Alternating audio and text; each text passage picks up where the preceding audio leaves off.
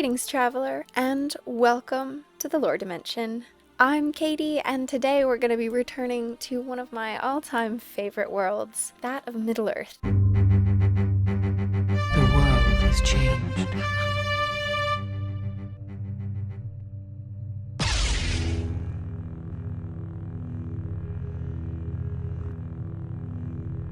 So today, I wanted to talk about what happened to Gimli and Legolas after the events of the Return of the King. However, before I do that, I want to just touch briefly on something that happened back in the Fellowship of the Ring. Now, when the Fellowship was leaving Lothlorien, each member of the Fellowship receives a gift. However, Galadriel doesn't know what to gift Gimli, and so she asks him what he would like. And humbly, Gimli asks her for a single strand of her hair.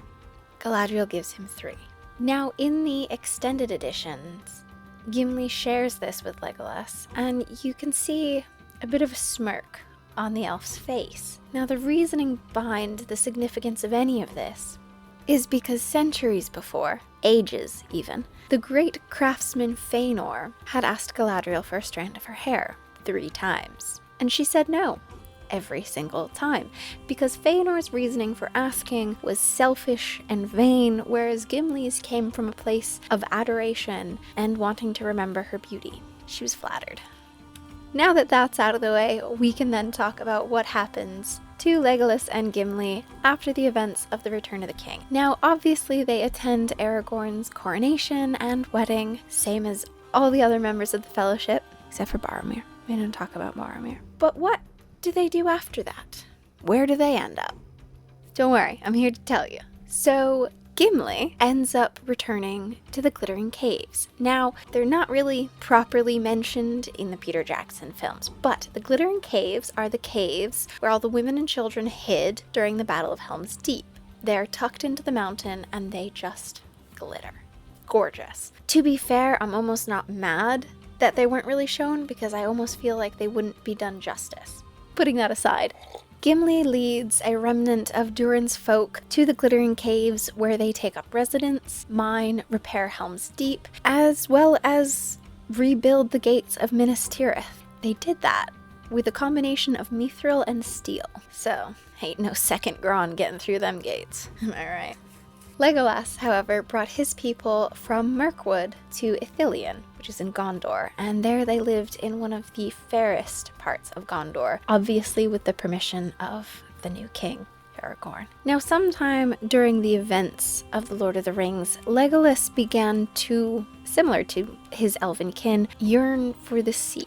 And after Aragorn's passing, Legolas then builds his own boat, Círdan who, am I right? And sails with Gimli to Valinor. Now, prior to the events of The Lord of the Rings, a dwarf going to Valinor would be completely unheard of. But it is believed that there are 2 main reasons that Gimli left. First was, of course, his strong love for Legolas. They built a friendship in their time together that crossed borders of race and height and smoothed over old wounds. Second was because Gimli's greatest desire in the world was to see the Lady Galadriel once more.